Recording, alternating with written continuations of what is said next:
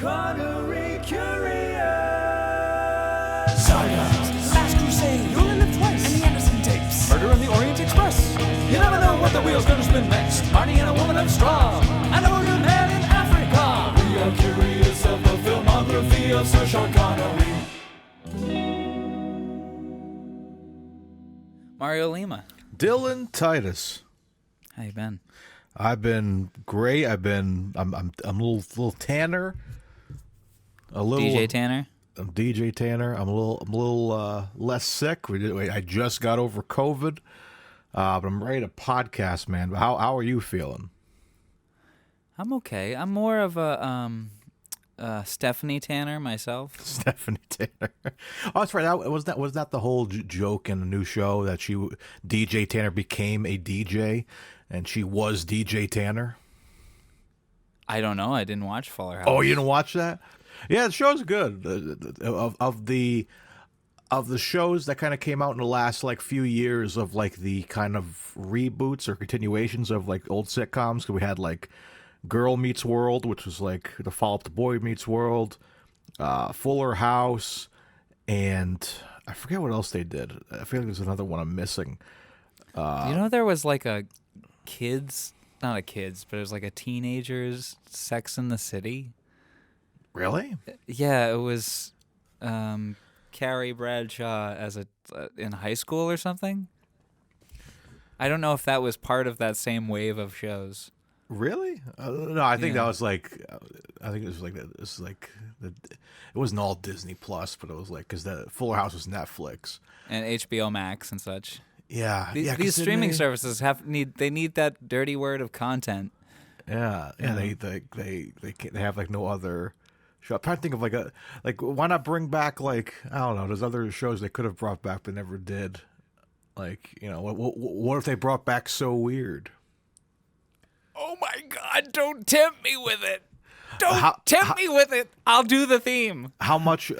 How many cast members are still around? They're all still alive, right? I think they're all still alive. Yeah. Is Squatch as well? He's still Dave around? Squatch Ward. I don't know. Now I gotta Google him. He's still alive, right? He must be. Dave Squatch Ward. Yep, yeah, he's still alive. So they could. Oh man, you could bring it back. Bring it back for a season. Oh my God, I've got to share this picture with you. So Weirder. That could be the show. Is that him now? Yeah. He looks like Will Ferrell's character Mugatu from Zoolander. Obey my dog. Obey my dog. Obey my dog! Oh, it's a ghost dog. I think that'd be great. But how many people? I mean, there's a few people I know. When you and Nicole started talking about it, this past summer, and I started bringing that show up to people. People are like, "Oh, I remember that show." I would say, "Do you guys remember So Weird?" And they're like, "I don't really remember it." Then I would show them pictures of the show and the theme song, and they're like, "I remember that show now." So I feel like there's enough love out there to warrant a reunion show or a follow-up show. You should have shown them my cover of the theme song, all 6 minutes of it, and they're just like, "No, I don't recognize it." It's Still 4 don't minutes in, and remember they're like, "No, this is really weird. This is the theme song for the show." Fucking long. The episode alone is still 20 minutes long, and 6 of those minutes have been taken with the theme song.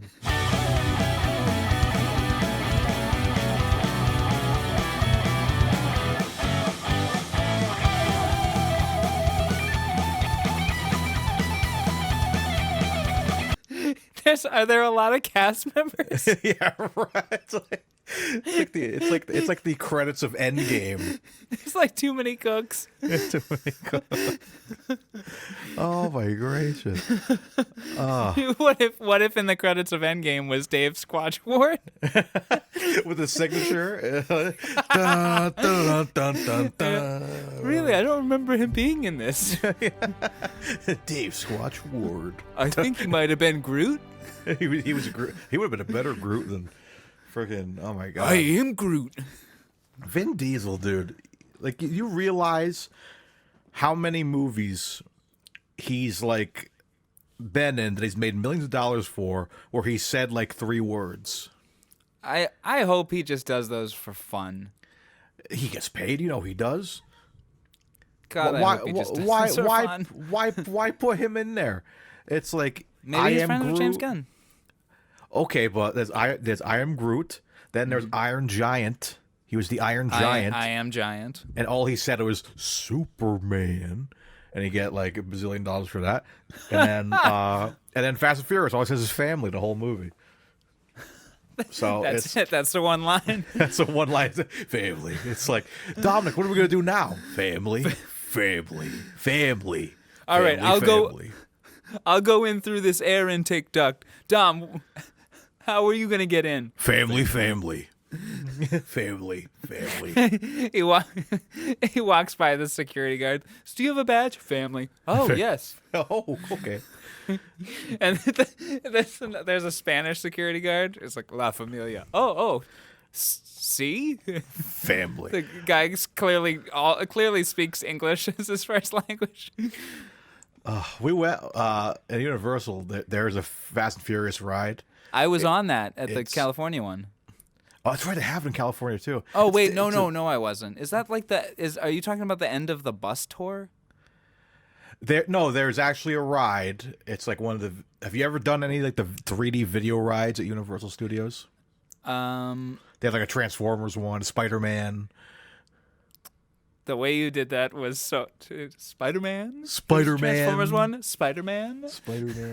Maybe you've heard of a little guy, Spider-Man. You ever heard of Spider-Man? Maybe you have.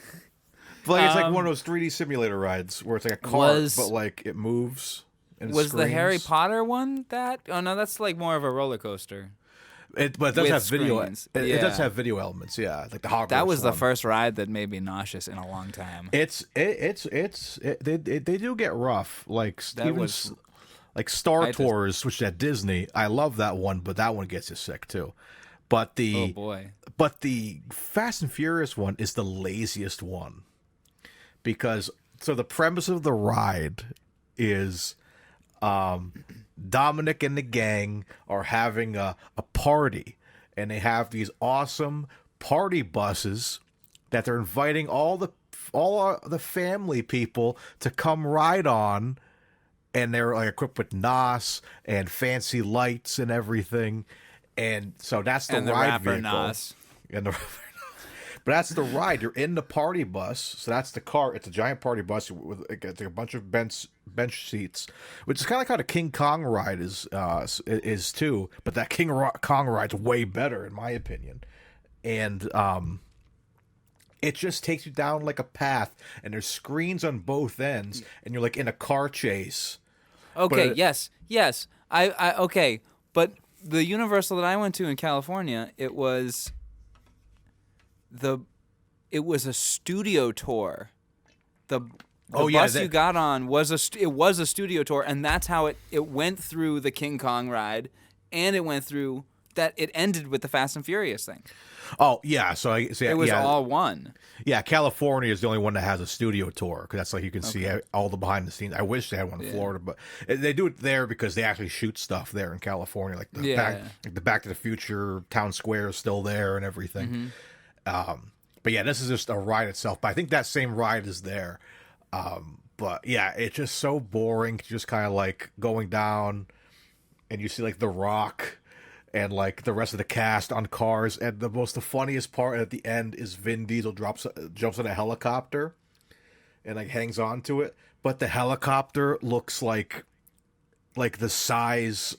Like half of his size. It's so small. It's so poorly scaled, and this takes me out of it. The only cool part about that ride is the queue because the actual cars are there from the film. They have like certain cars that were in the movie, and you can pose next to them and stuff. And then we did that, and we're like taking pictures with the cars, and we're about to go in the ride, and we heard something saying, "Oh, the ride's been delayed." And we're like, "Let's just get out of here." And we just kept walking. We're like, we're not waiting for this really bad ride.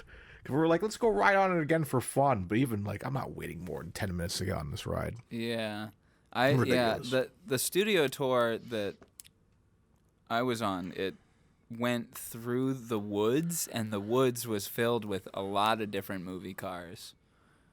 And then the King Kong screen thing was really fun, but yeah, the ending it on the Fast and Furious one sucked. Yeah, it's like the weirdest thing to end on. But yeah, I want to do that studio tour one of these days in California, because like California's Universal's like Florida's bigger. It was small. It was very small. But yeah, I know they have a lot of other fun things, and like they have like, I want to meet Megatron, because they have like a giant Megatron that like it's a guy in a suit, but like there's a guy in like a control room with a camera, and he talks to you through Megatron, and like will actually, and like this, I always see funny videos of him like roasting people as they come and take pictures with him. But like we have that in Florida. It's Optimus, Bumblebee, and Megatron, and you know Bumblebee just plays songs from his radio because that's his gimmick. Optimus doesn't do anything, and Megatron doesn't do anything. But only in California can you meet Megatron and talk to him. It's yes, I saw him. I saw him outside of one of those rides. Yeah, those were some of like the 3D rides, and I didn't go on those. Transformers 1 is good. I really enjoyed Transformers 1. So I want to share this with you. Because thinking of the size of the LA Universal Studios, this was probably the biggest thing in it. They're called the Hollywood Stairs, and it looks miserable. These are escalators, right? And then there's stairs. Oh. It was, here it is. Here's a full picture of it. There we go. Look at that. Oh man. Yeah. So, I'm assuming that's your city walk over there on the left. Where all the people are. No, this is more of the theme park. Oh, that's a theme park. Yeah, that's this so is weird. theme park. This is theme park, and this is theme park.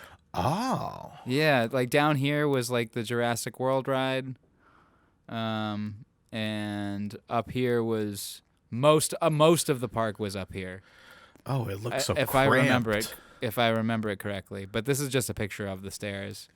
Oh, but yeah, it looks so throws cramped, a lot. dude. Oh my god. Let me see if I can find a map. Universal LA map, which by the way was so hard to get an actual map to the park. Oh no, these are the stairs. These are the stairs. So this is most of the park, and then these are the stairs. That is. And so this is small. where the Jurassic World ride was. Oh. Wow, it's so. Can you see my mouse? Yeah, yeah. Okay, so yeah, that's where the. Right, yeah, Jurassic World was down here, and then. Oh, it's so small there. It's crazy. Yeah. It was very small. I made the rounds pretty quickly, and then where Hogwarts was over there, that's Hogwarts. Anyway, it was still fun. Oh yeah, it's great. You'll have to try to go to Florida one time, because it's like it's a lot more to do, and it's more spread out, so you can kind of like breathe a little more. That looks claustrophobic, man. So I went down the stairs on the escalator, right? And then I went back up on foot on the stairs. Oh, man. I timed myself, too. I think I did it in under 10 minutes, which was, or under 7 or 8 minutes. It was strenuous, but I did it. Oh, man. I don't know if that's an accomplishment. I don't recall my time, but I did it in a quicker time than I thought I could do it. Hey, good on you. But hey, if I was wearing my Apple Watch, I'm sure it would have flashed that my heart was beating too fast. Oh my goodness. Well, speaking of crazy adventures, what is this? It's Tarzan's Greatest Adventure. Tarzan's Greatest Adventure from 1959. Of course, this is Connery Curious, the podcast where me and Dylan cover every single film in the filmography of the late, great Sir Sean Connery. And discuss guitars and theme parks. Which, here's actually 2 questions real quick. If we were discussing earlier, like, movies that were remade unnecessarily, am I right? Or like... Well, we're talking about like TV shows that that came back, yeah. Yeah, if Or like how they make a TV show out of an old movie just because it's a name brand. Yeah. What movie would they do that with of Sean Connery's? Like what movie of Sean Connery's besides the Bond films, because that's not really his, is so much of a name brand it would shamelessly be brought back for a TV show that would be canceled after one season? I could see them trying to do The Rock.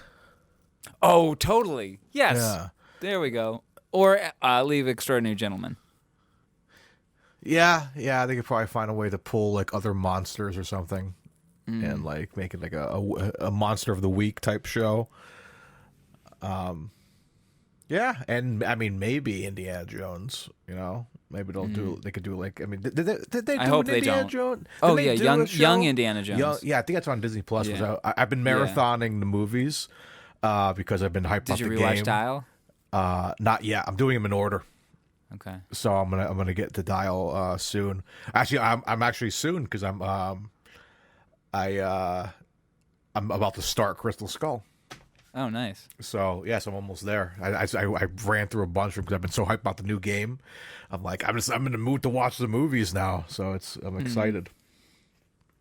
But yeah, so I think The Rock would be a pretty decent television show.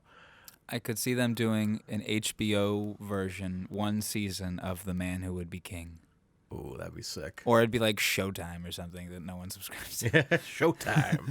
I mean, I don't subscribe to it, which means no one subscribes to it.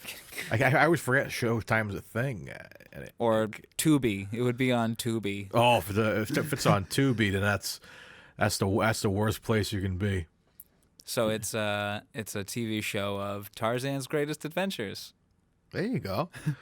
Which also would be my second one was what would be a good Connery 3D ride or theme park ride based on a Connery movie. Oh, which Tarzan's Greatest Adventures might not be.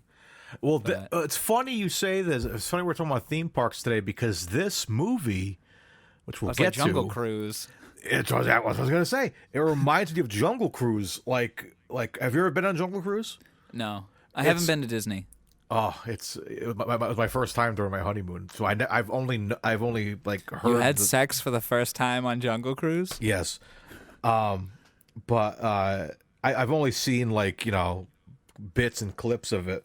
So I got to actually go on Jungle Cruise, and I'm like, now I understand the charm of it. It's very a charming little ride. There's always a captain up front telling jokes and stuff. Like that's their shtick. And there's like these really bad CGI hippos and stuff and all that, which I see all these like CGI like alligators getting wrestled and stuff. I'm like, this reminds me of Jungle Cruise, man. It's like it's a lot of fun. CGI. What are you talking about? Not CGI, but like fake, like animatronic. Oh, okay. Yeah, that's what I meant. Like not CGI. Do you think that crocodile is fake? The one he wrestled, absolutely. Yeah. Yeah, because I was like looking at it and you could tell by like it was a good fake one. It was a good one. Like it was like because you could tell when he flipping the eyes over, you could tell it's like a I don't know what it was made out of, but like it was a good looking crocodile. I was like, holy shit! Like I was impressed by that, and then of course, which we'll get into, a lot of like stitched in like nature clips footage from of like just gators and giraffes and. Oh man, and probably the most. I'm gonna shit on the audio on this movie a lot today. Oh my god! Because man, there was times where I had to pause and be like, I can't listen to this anymore. There's so many like obnoxious like screeches and like animal noises, like loops and like. My second note, Mario, is looped. Crying. Yeah, that baby crying in the intro is just one long, horrible, annoying, all treble, no bass cry, and it gets looped 4 times. Oh my god, it's so bad. But it's not as bad as what's to come. Oh, there's a lot to talk about here, so let's get into it, shall we? Let's go on this adventure together. Yes, I'm sorry. I was messing with my Zoom there. Yeah, let's go on Tarzan's Greatest Adventure. Yeah. Okay. What's your first note, bud? Oh, wait. Should we get into this? Oh, forgive us. Forgive us, folks. It's been a little bit since we've done a Connery Curious. We've been out of action for a couple of weeks. Yeah. Well, I was talk about the Rotten Tomatoes score. Yeah. There's no tomato meter for it. But Rightly the audience score is a solid 50%. Do you agree with that? No, do you?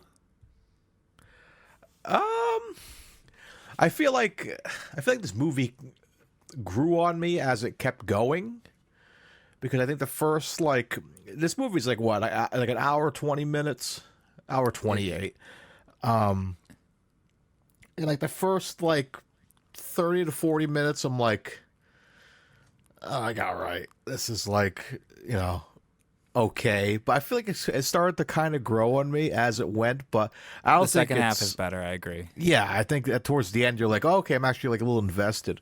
But I wouldn't say much higher than 50%. I'd say I'd give it a 60 something. We can't give our scores yet. Oh no, I'm just saying in general for a tomato meter. Oh, okay. Well, it gets a 6.4 on IMDb. So okay. So, out of 1.4 thousand ratings. All right, so I'll do the trailer voice. Do a trailer voice. 4 British villains raid a settlement to obtain explosives for use in a diamond mine. In doing so, they nearly destroy the settlement. And so, Tarzan pursues them to their mine. This summer, Gordon Scott, Anthony Quayle, Sara Shane, and Sean Connery in Tarzan's Greatest Adventure. What is this IMDb description sucks.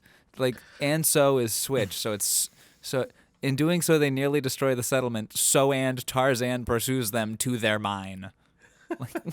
This is terrible. I mean, that's the thing. There's the plot of this movie is very simple.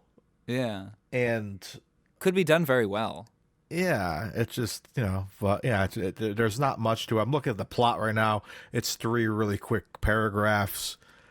We'll just burn through this. So maybe burn through it and let's just discuss the film, because I don't have many notes about it. There's nothing really noteworthy about this film, I feel like. A little spoiler ahead.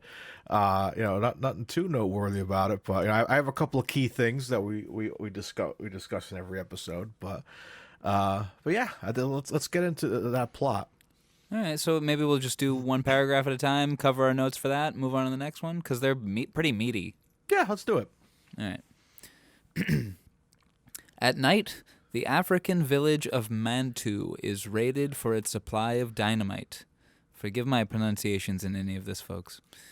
The village doctor and radio operator interrupt the robbery and are fatally shot.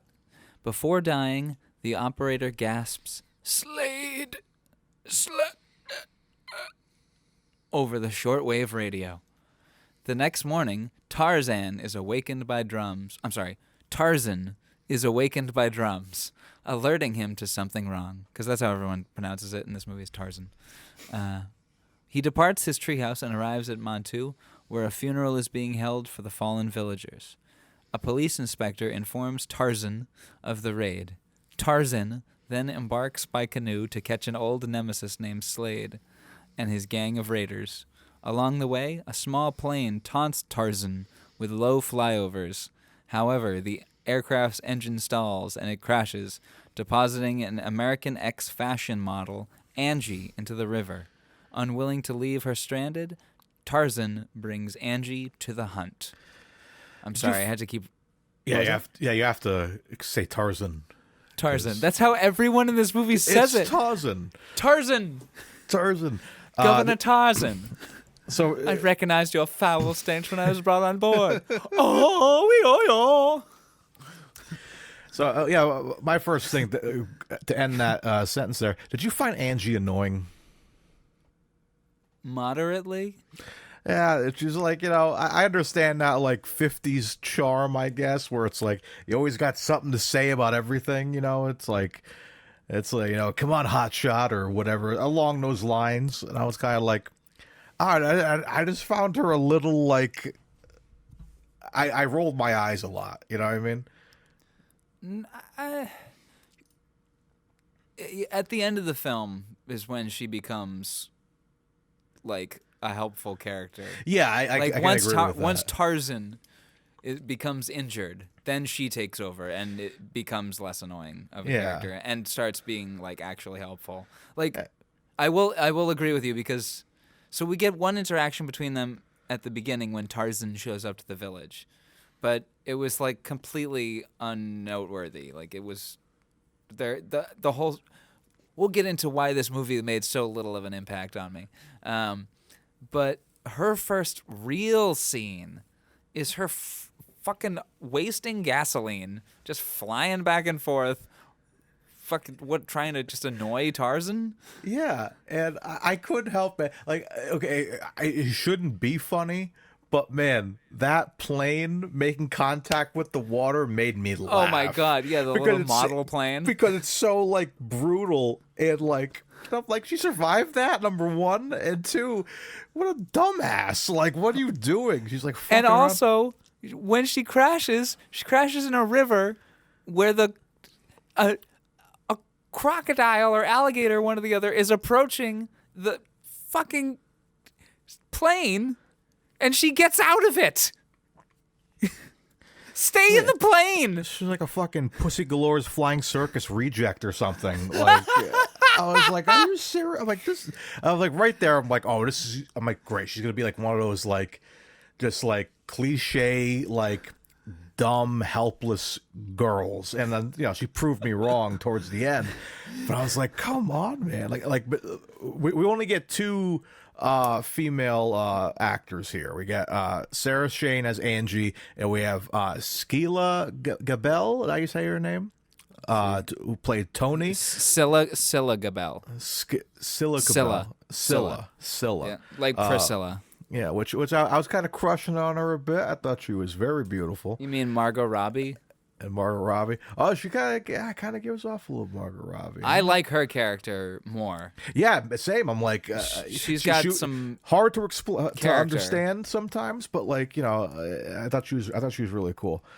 But yeah, hard to understand some of her actions sometimes, like when you're on a boat full of weird, gross dudes, and the cabin space of the boat is smaller than the square footage of this room, and a dude is like trying to sleep on the bed, and she's got at the foot of his bed, blocking his feet from being comfortable, a record player, and she's just like dancing awkwardly, and Slade is leaning on the bed, clearly stressed, and he's smoking a cigarette, and she goes over and takes his cigarette like, don't you want to dance or fuck? And like, what is going on here? And what's his name? I love that scene because what's his name with the glasses? Is that Kruger or whatever? Krieger. Krieger is what he gets called. Like when she takes a cigarette, it like cuts to like I thought it was a freeze frame. It might have been a freeze frame of him just like. like looking at yes. Am I about to see pornography? Yeah, like what's going to go on now? Are they about to make it in front of me? Like, also, okay, so Tarzan is Tarzan, Krieger is Krieger. So a couple weeks ago, Nicole had a song on, and I'm like, oh, this is really good. Who is this? And she goes, Sade. And I instantly went. I knew who she was talking about. I'm like, do you mean Sade? She's like, wait, what? I'm like, yeah, Sade. That's how that's pronounced. It's not Sade. I'm like, yeah. So what if Slade was Slade? Slade. We got you now, Slade. He loves killing. That's Slade. And Tarzan, Slade, Anjai, Obanion, Krieger, Dino, and Tunai. Tonai. Those are our characters. Yeah, what a small cast, man. What a tiny cast for this movie. 1, 2, 3, 7 actors, really. 7 main actors. Have we had a cast this small? I don't think before? so. I don't think so. Not at all. Oh, The Offense. Oh, The Offense is pretty small, I suppose. Yeah. Too. We got 4 main players in that movie. Connery, Bannon, Trevor Howard, and I forget the actress's name who portrays the wife. Vivian Merchant. I'm a little mad that the monkey didn't get any credit in this movie. The monkey was tremendous in this movie. Cheetah?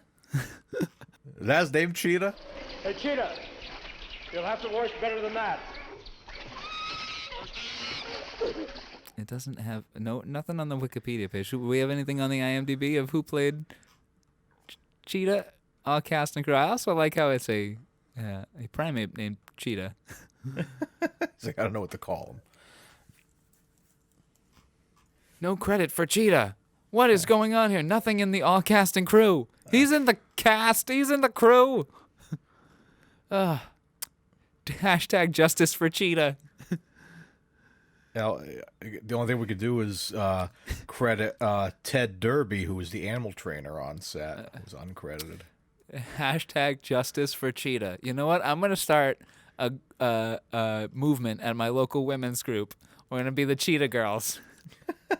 Oh, look at this. Okay, so Ted Derby jumped into his IMDb real quick. He's known for The Adventures of Superman. He did 4 episodes. The Cat. He did Lassie. Bewitched. Wait, a Jungle cat Book. in Superman? All 4 episodes? Was he was it Cats? Was he a cat? Was he dressed up as a cat? He was dressed as a cat. Like didn't we see a movie where there's a dog that's like, am I going crazy? It was funny actually you say that because Alicia, my wife, for those who know in the audience. Also happy birthday to you, Alicia. Oh yes, happy belated birthday. So we were on she was on a Peter Pan kick. We were like watching have you ever seen the Peter Pan play? Yes. When I was a kid, I saw it, and I was blown away by the real person flying around. But do you remember the dog in that? No, I only saw it when I was like 10. Later on YouTube, and it's a Peter. I forget which one it was. Do they put the dog on wires? No, it's thank God. It's worse. It's a giant dog suit, and there's a guy in it. Oh my God. And so he's just like, it looks like a dog, and he's just like moving around. He's like, just like moving around, and it's insane. It's crazy. And I Alicia's like, oh, I love this place so much. I used to watch it all the time with my grandmother, and I'm laughing the entire time because I see that dog in the background. It's the funniest thing ever. You gotta see it, dude. It's crazy. It's insane. Oh my God. Okay, there's a few different good examples here, and some actually pretty creative ones. That looks like a real dog. That. On. I have the actual play. Oh my God, this? No, it's Peter Pan from 1960. I found it. Hold on. Okay. I'm gonna. It's like an hour-long thing, but. Oh, it's crazy. It's insane. That laugh is amazing. All right, right here. Share screen 2. All right, can you see it? All right, you see people dancing or walking weirdly. Yes. It's a very good production. I'll admit that. It's a very good production. Great set. Great work with lighting and everything, choreography. But then this dog walks in. Oh my God. Here he comes. Oh my God. Look at the dog. It's a guy in a suit. God. I love it. And look. Oh my God. That is a dirty floor. Yeah, look at him. And he's just he's look at the size of that Oh dog. my God. But it's just funny to see the background. This dog's just hanging out. I'm trying to get a good shot of the dog. Look at him, they put him in a doghouse. Oh my God. And look, you clearly sees on his knees. That poor dude. A poor guy. Yeah, hopefully he got paid well. Or woman. Who knows? Whoever was in that suit. Shout out. Jesus. Props to you. Anyways. Hold on, Yeah. Actually, real quick, speaking of props to you, this was one of the search options that came up, and I think this is very creative. Isn't that creative? Oh, there you go. Yeah. Yeah. Anyway. Oh, yeah, the dog's name is Nana. Yes. Oh, Nana. All right, let's get back into Tarzan's Greatest Adventure. Tarzan's. Okay. I have a note that... Okay, so this film was directed by John Guillermin. Now, I looked into his filmography. He directed the 1976 King Kong, as well as the 1986 film King Kong Lives. And he directed Sheena, starring Tanya Roberts from A View to a Kill. He also directed Tarzan Goes to India. Starring Jock Mahoney as Tarzan, not Gordon Scott. However, the one that really draws my eye here is 1978's Death on the Nile, which is the sequel to 1974's Murder on the Orient Express. Starring Peter Ustinov as Hercule Poirot. So that's just a note I wanted to share. Nice. And also here, look at this picture of said director because it is so very British. A little bit of Fleming there. And also, you brought up Boy Meets World earlier. He ended up passing away in Topanga. Oh goodness. Anyway. Wouldn't we all? Yeah, I was just about to say that. Wouldn't we all love to? Hey-oh. This is going to be a problematic episode. So yeah, let's get that out of the way. Let's get I mean, not only because we've been being a bunch of pervs this episode, but let's talk about. Okay, so what do you have for the first time we see Connery? Because I've got it as 4 different times. And it only the only one that doesn't have a question mark is the one that I was definitely certain about. And the one what I have is 16 seconds question mark, 38 seconds question mark, 57 seconds question mark, and then definitively 101. What do you got? So because of don't give it away yet. Don't give it away yet. I'm not gonna say it, but because of his attire and how he's looking, When I first see the opening scroll there and the opening scene, and we see him for the first time, I'm like, wait a second. I rewinded, started the entire movie over again. Me too. And like watched it closely, and I put it down as 19 seconds. Oh God. Okay, yeah, that's about it. I'm not even. This one doesn't even deserve me doing the average, but the moment where I definitively recognized it being Sean Connery is 1 minute and 1 second. Yeah, that's the actual one where I saw him. You see his face clear. Yeah, and I'm like, oh, that was him. Let me go back. But there's something obscuring his face, I will say. And should we get into that now? Let's just get that over with because we have a lot of Connery in this movie, but he's not in it through the whole movie. No. So like let's get through some of the Connery moments in the opening minutes of this film. Yeah, should we just rip the Band-Aid off? Let's do it. Okay, our opening 4 characters in Slade's band. We first see them. Connery is one of them. They are in full body blackface. Did not see that coming. Nope, I did not see that coming. At first, I thought it was because I'm like they're clearly doing like day for night here. So at first I thought it was the piss poor day for night job that they were doing, because it just switches back and forth between day and night in multiple scenes. So I just thought it was the shitty lighting. And then 101 is the definitive moment where you can tell it's Sean Connery, and you can tell it's Sean Connery in fucking blackface. But not even just blackface, black body, full body, black paint. Everything. It's... Mario, do we want to finish this podcast? Do we want to keep doing it? Like, do we like? I know he doesn't have blackface in the other 25 movies that we've got here. He can't. He can't possibly be in blackface in more than one movie. I'll say this was not on my Connery bingo card. Not at all. This was not at all. All right, you just gave me a fun idea. Maybe we should do a Connery Curious bingo event and like have people put a list of things, like things that both happen in the movies and don't happen in the movies, and be like, okay, pick 25 items of these 100 or so items, and be like, there's my Connery Curious bingo card. And then only the ones that actually happen in the movies come out, and whoever gets bingo.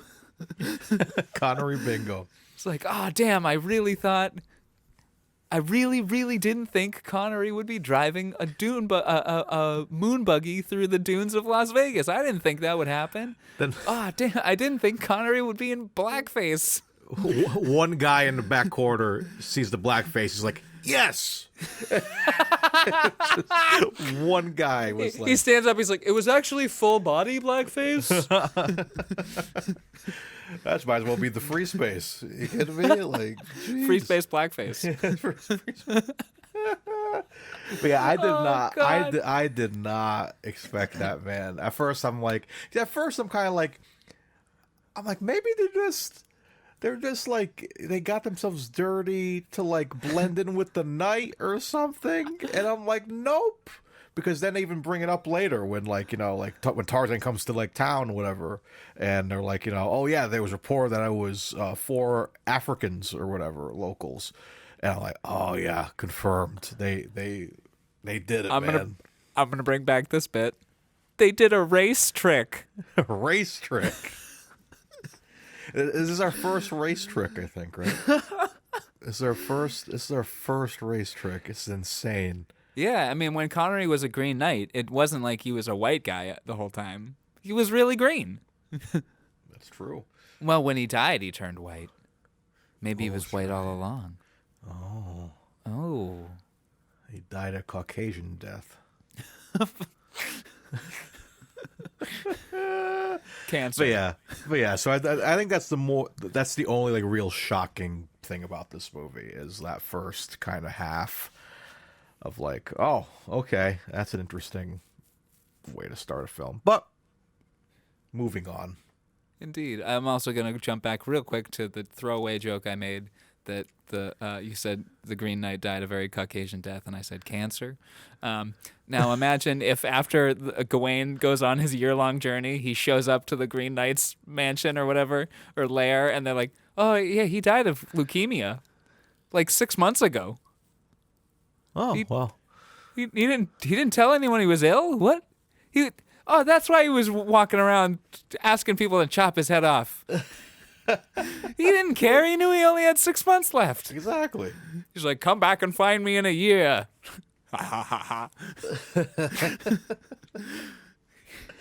Oh, man. That Anyway. reminds me. I got to cut something because I've been rewatching Indiana Jones. I'm moving on to Crystal Skull, but I remember that movie because at the end when what's his name, that like the friend that they're trying to find. Oh, Mac? Oh no, Oxley. Oxley. Yeah, and John Hurt. And he comes back to normal, and then like, Shia LaBeouf's trying to get out, and like Indy's like, it's like, just stick around, son. It's gonna get dark soon. And then like Oxley goes, son, or whatever, and then Indy laughs and says, it's like somewhere your dad, your grandfather is laughing, and I want to cut that with, With the Green Connery Knight. as a Green Knight laughing. This is him laughing in the sky.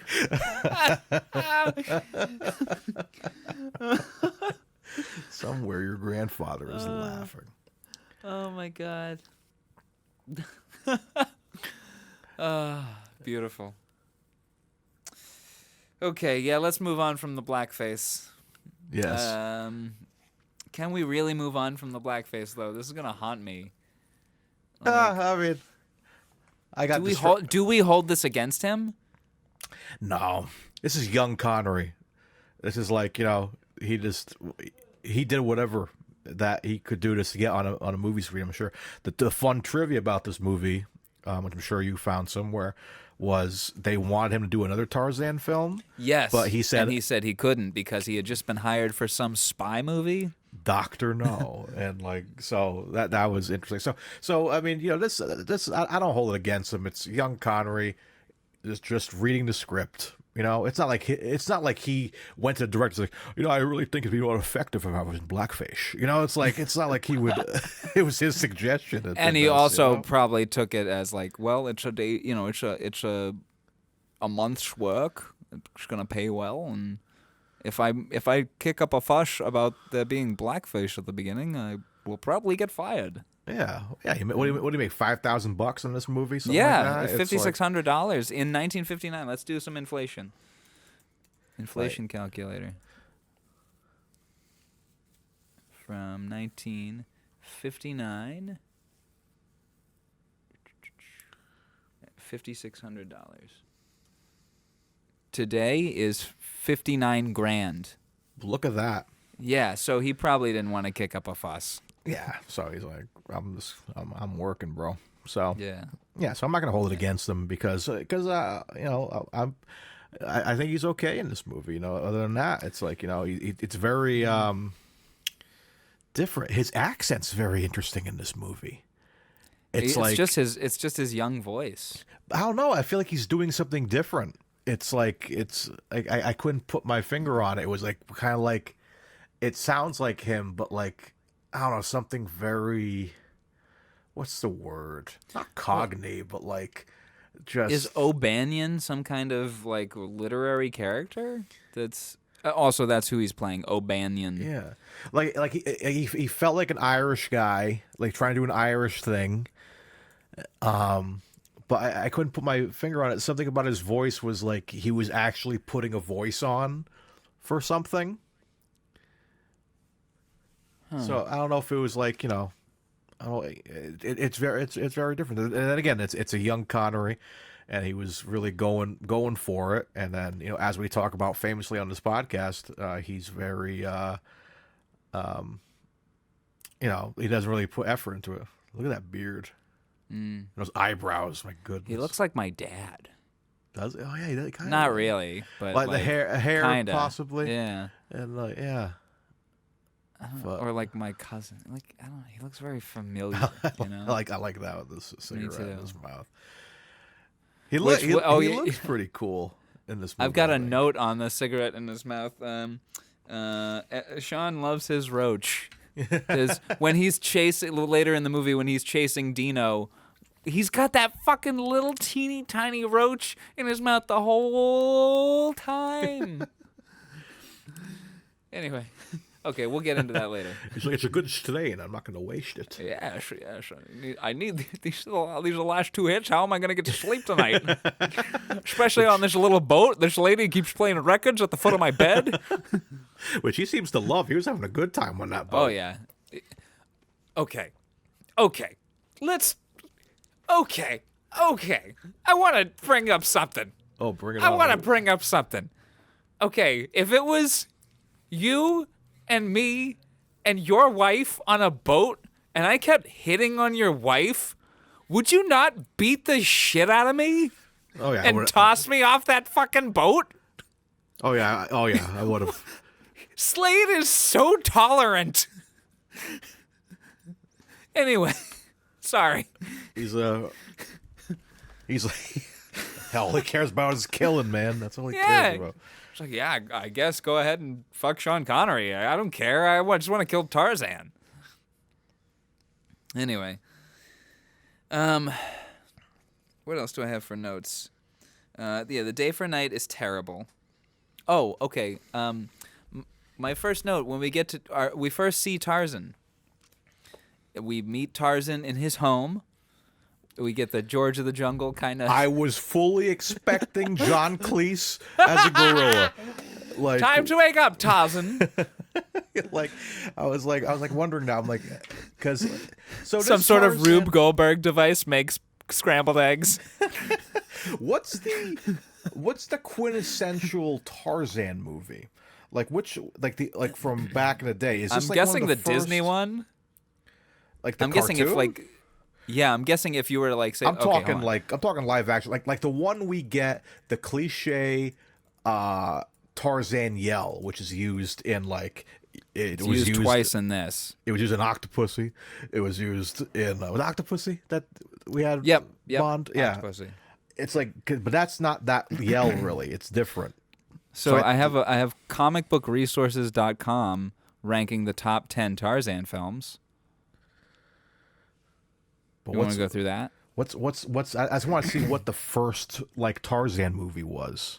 Oh, the very first one was Tarzan the Ape Man. And what year is that? In the 30s or something?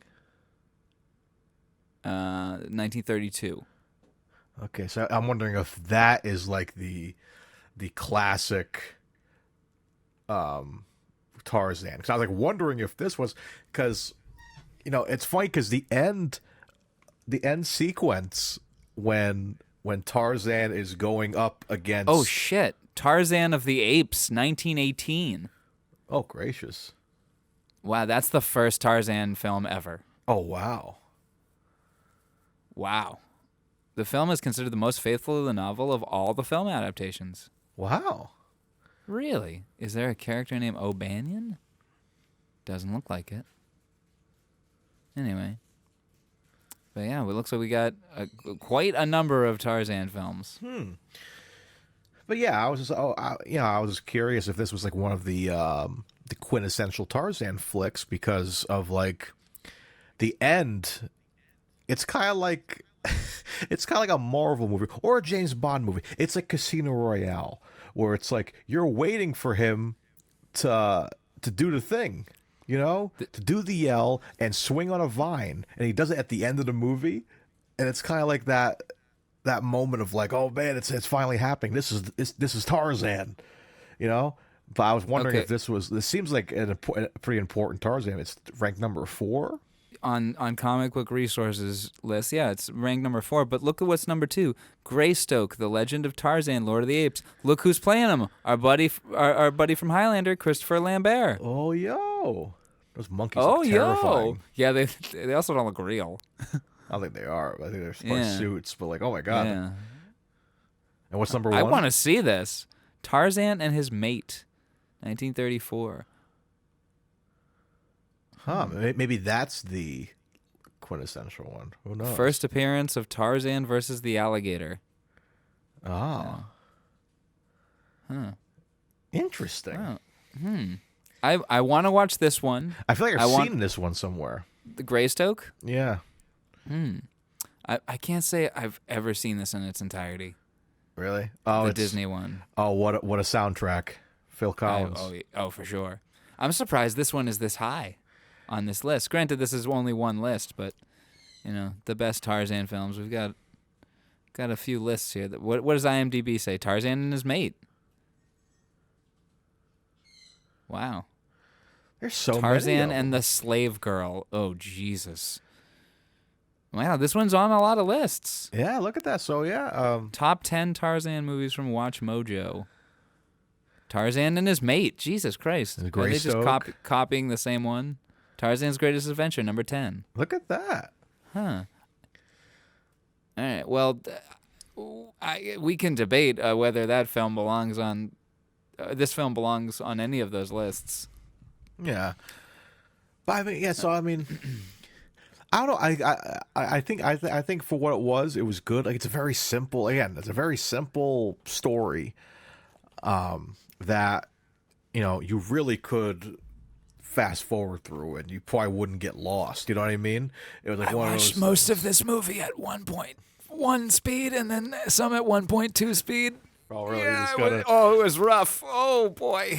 Yeah. This movie was rough, Mario. Yeah, I mean, although I did find the ending very exciting. I agree. That exchange in the cave, it's very everything from the spike pit onwards. Yes. Was watched in normal speed. It was strangely, which is after spoilers, Connery is killed. Yeah, we lose Connery. Do you have a timestamp for that? What time he died? I do. 51:53. 51:53. We lose Connery. Yeah, and strangely, even though he's not the problem of the movie, that's when the movie becomes a little more watchable. You know? I think because it's more like stakes. We're like, oh, people are dying now. Now it's like, like sneaking onto the boat to get the penicillin. That was tense. Oh yeah, geez. I was like, yeah, what's gonna happen there? But like, yeah, it's like Slade is like he's starting to lose men. Slade's starting to lose men, and now it's like, oh, it's starting to get really crazy. Then we have that kind of weird like the dynamite shtick where like. Krieger almost takes out Slade, and then it gets like more tense there. And we're like, "Oh, it's this guy's issue now." There's dynamite. There's a little weird stuff going on in there. But yeah, just pretty cool. But yeah, it kind of ends on a classic move. It's like, oh, Tarzan being Tarzan is moving on with protecting the jungle. We'll get to that kind of awesome and then nothing ending. Yeah. Yeah. So still at the beginning when he comes to the town, that I wrote Secret Agent Tarzan, excuse me.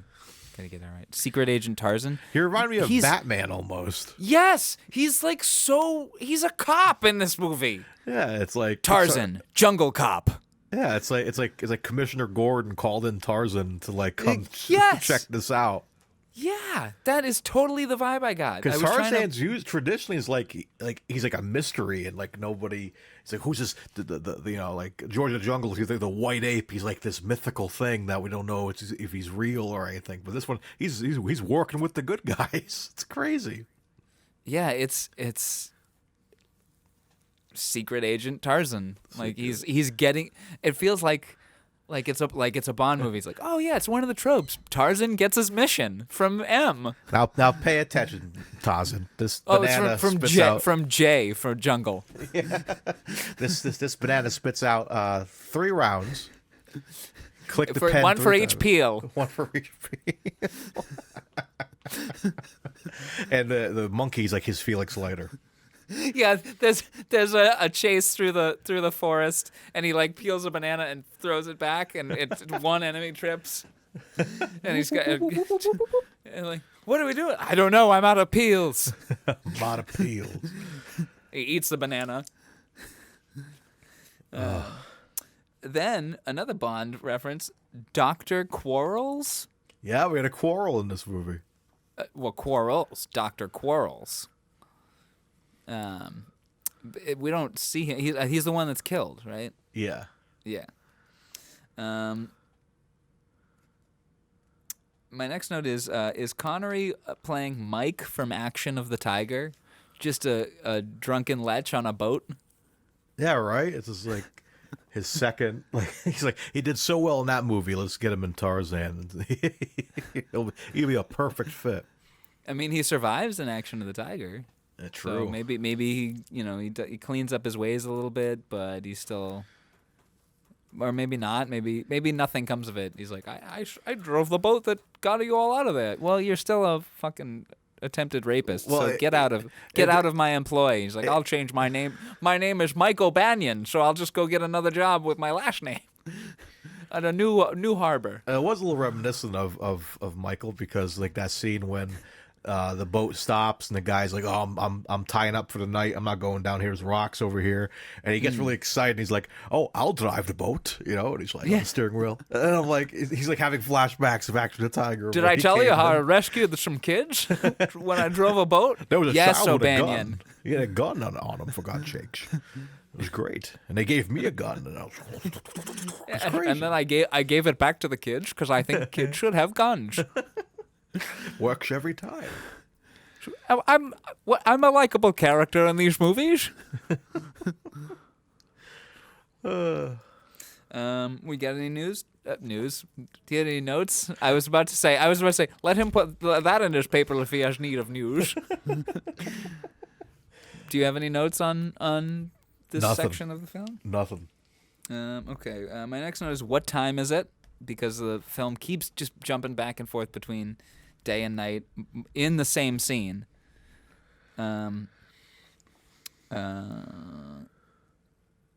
Okay, there's no good geography in any of these shots. Like, you know what I'm trying to say? There's, like, when a fight scene is happening, or Tarzan is sneaking through the woods, or Slade's band is sneaking through the woods, like, you can never tell where they are in relation to each other. And that's so important for establishing tension. You know what I mean? Yeah, like you can tell they had like one strip of jungle that they kind of like reused or something. Like you never know, what they're working with. I mean, what's the freaking budget? His budget was $750,000. Yeah. Which and they pull up to the boat stops 3 times, and each time it stops at the same like strip of rocky river. Yeah. Side.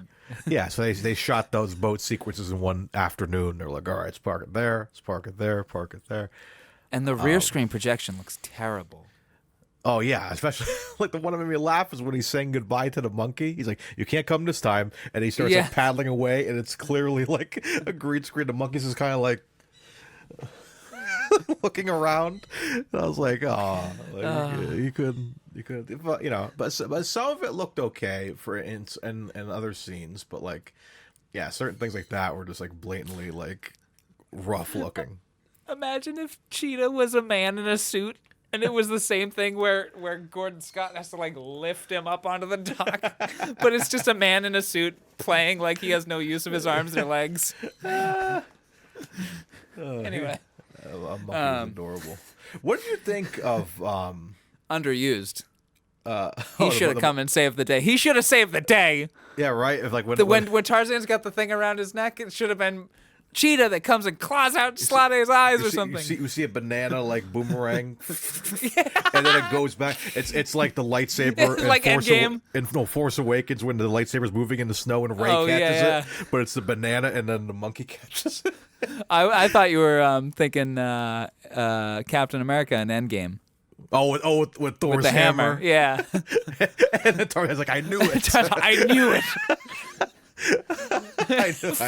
Full on fight scene with the monkey and Slade. I knew he was worthy. The monkey like slams the banana down on the concrete, and instead of like lightning coming down, it just mushes the banana. It's just raining banana. Yes. Mushed banana. Yeah, it's just one column of mushed banana just crushes Slade. That reminds me of her. I don't even know who you are. Captain Marvel comes down. You got something for me? Banana. More bananas. You got Johnny Weissmuller, or not Johnny Weissmuller, Jesus. Tarzan is firing arrows, but they're bananas. If this was like Georgia Jungle budget, then they would have done that scene perfectly. And there would have been a Rube Goldberg machine that makes scrambled eggs. But what I was getting at is, what did you think? Sorry. What did you think of Gordon Scott as Tarzan? What do I think of Gordon Scott? He's a very handsome man. Gordon Scott is very handsome and built like very he's like a barrel. shithouse. Yeah, he's like a fucking he's barrel. Huge. He's very attractive, and is a good pick for a man to look like a Tarzan. So he's been Tarzan. He's in 6 Tarzans. Yeah, look at all these Tarzan movies. This was his second to last Tarzan.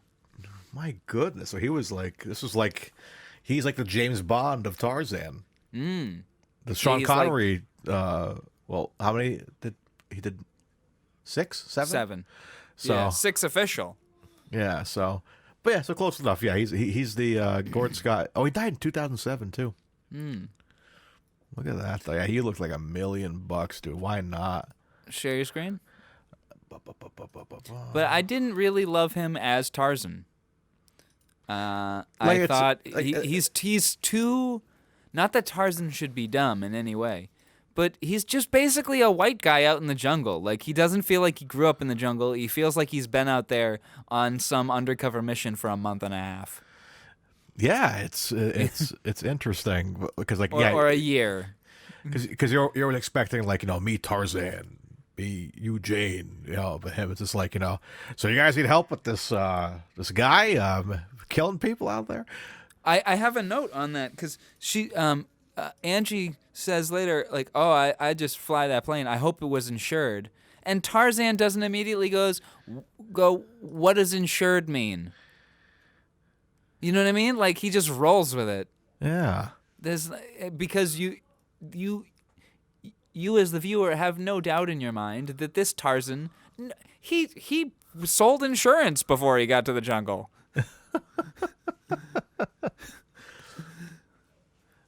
That's what I think of Gordon Scott. What do you think of Gordon Scott? I think he's a great Tarzan. I thought look wise, but yeah, it's a very different type of Tarzan that I'm accustomed to.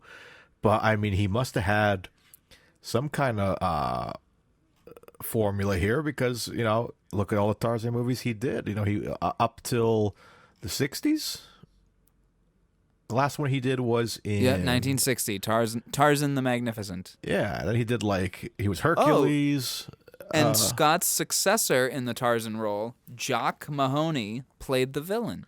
Oh. In Tarzan the Magnificent. That's got to be interesting. You go from playing Tarzan's nemesis. Imagine, oh my God, that would be like if Rami Malek was cast as Bond next.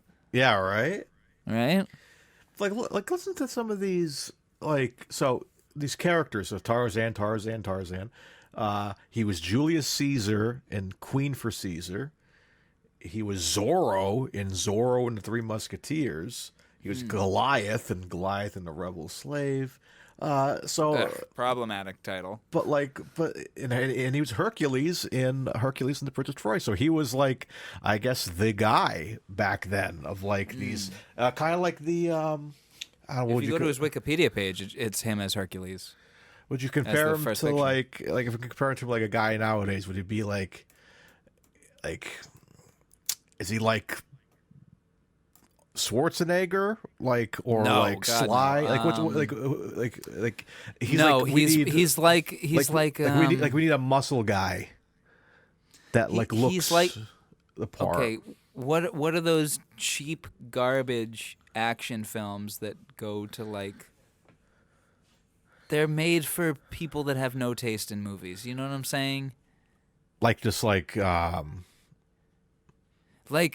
stuff that Bruce Willis was doing for not because he wanted to do that, but they were just because he's got aphasia and such, and he's been shoring up his financial stock for his family. I guess he was doing these garbage action films with you'd get him for 3 days maximum, and you'd pay him $3 million, and he would come and give your movie some clout, but he was declining.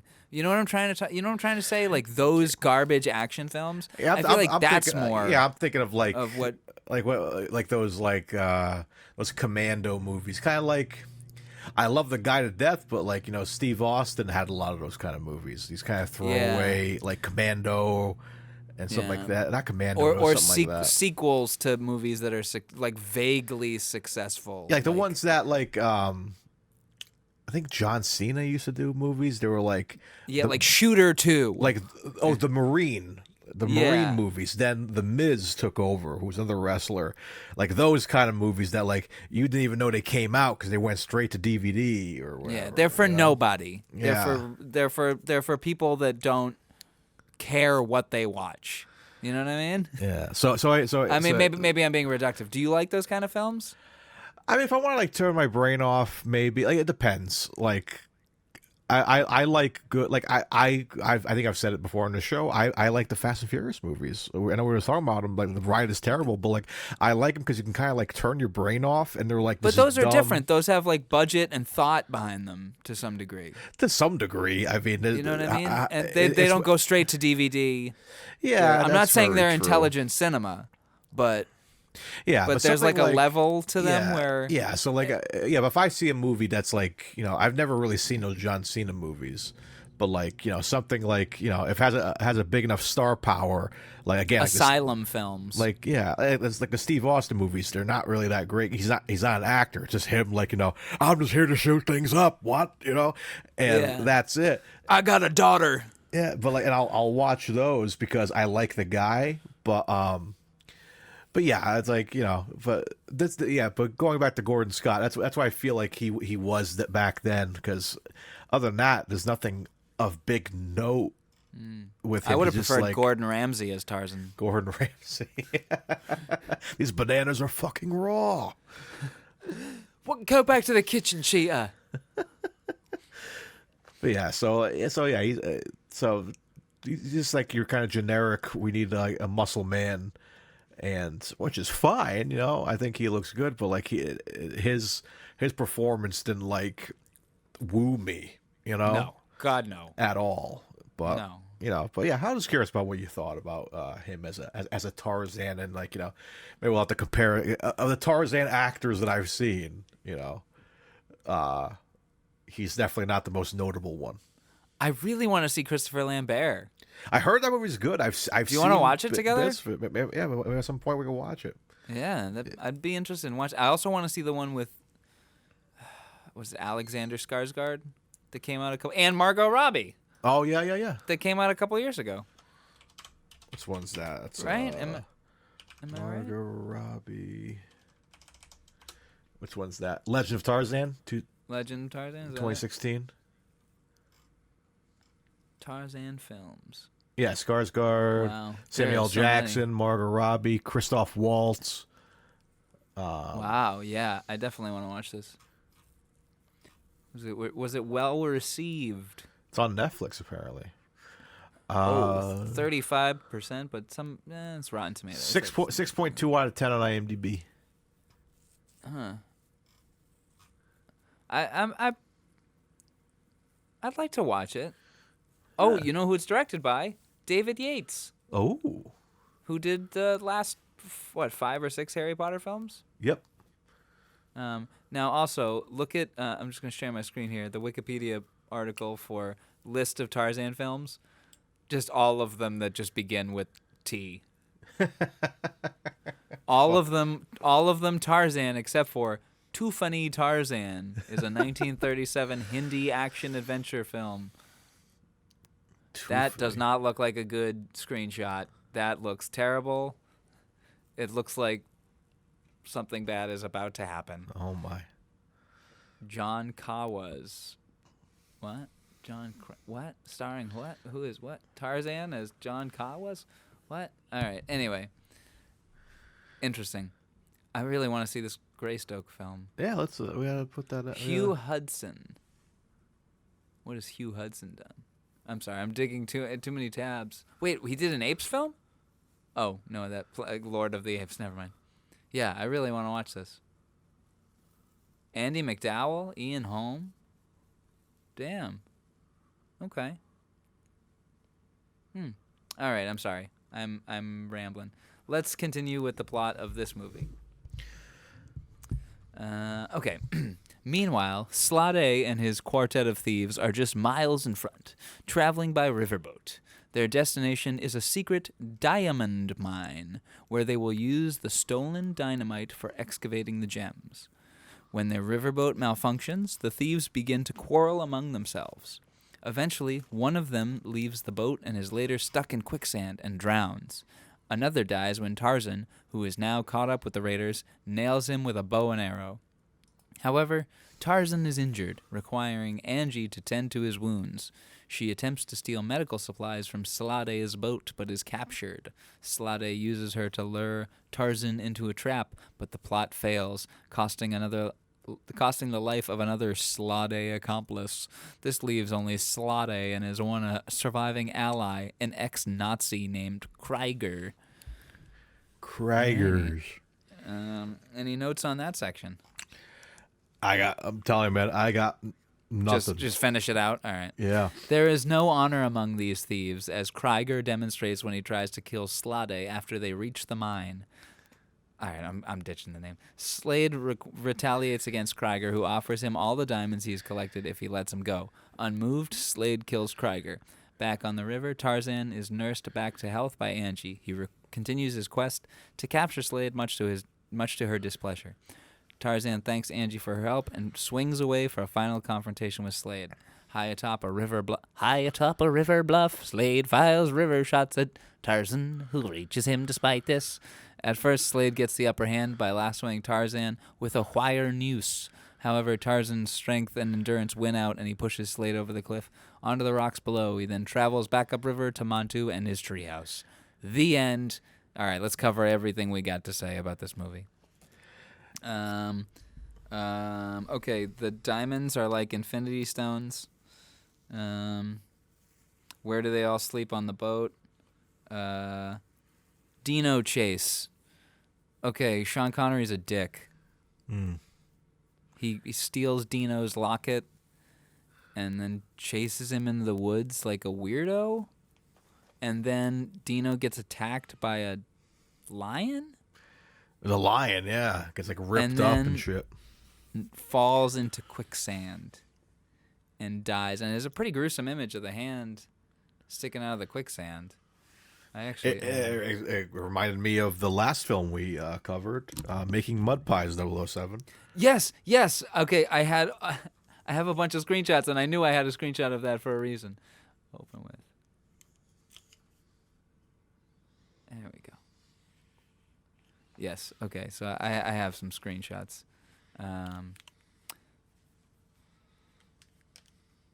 Okay. Yes, I forgot to mention this note. Swimming Tarzan looks like Ron DeSantis. I can see it.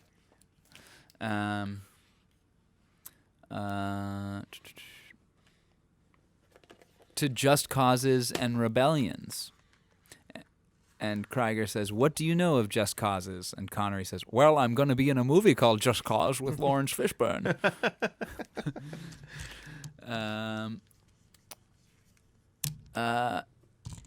Dino here looks like Skinny Pete from Breaking Bad. And Slade kind of looks like William Peterson from CSI. He also kind of looks like, what's his name? Dino. A little bit like Flea from the Chili Peppers. He does look like Flea. Yeah. Especially in like the Back to the Future era. And Tony here looks like a fake Barbie doll. Like, she doesn't look like a real human being. Yeah, she's in this shot specifically. Is she just a supermodel, or was she actually an actress? Yeah, look. Let me look at it right here. Let's see. Scylla Gabel, an Italian film, television, and stage actress. Okay. As Sophia entered the cinema industry as Sophia Loren's body double. Oh. Wow. Huh. Okay. What other screenshots do I have here? Here's the fake plane crashing into the water.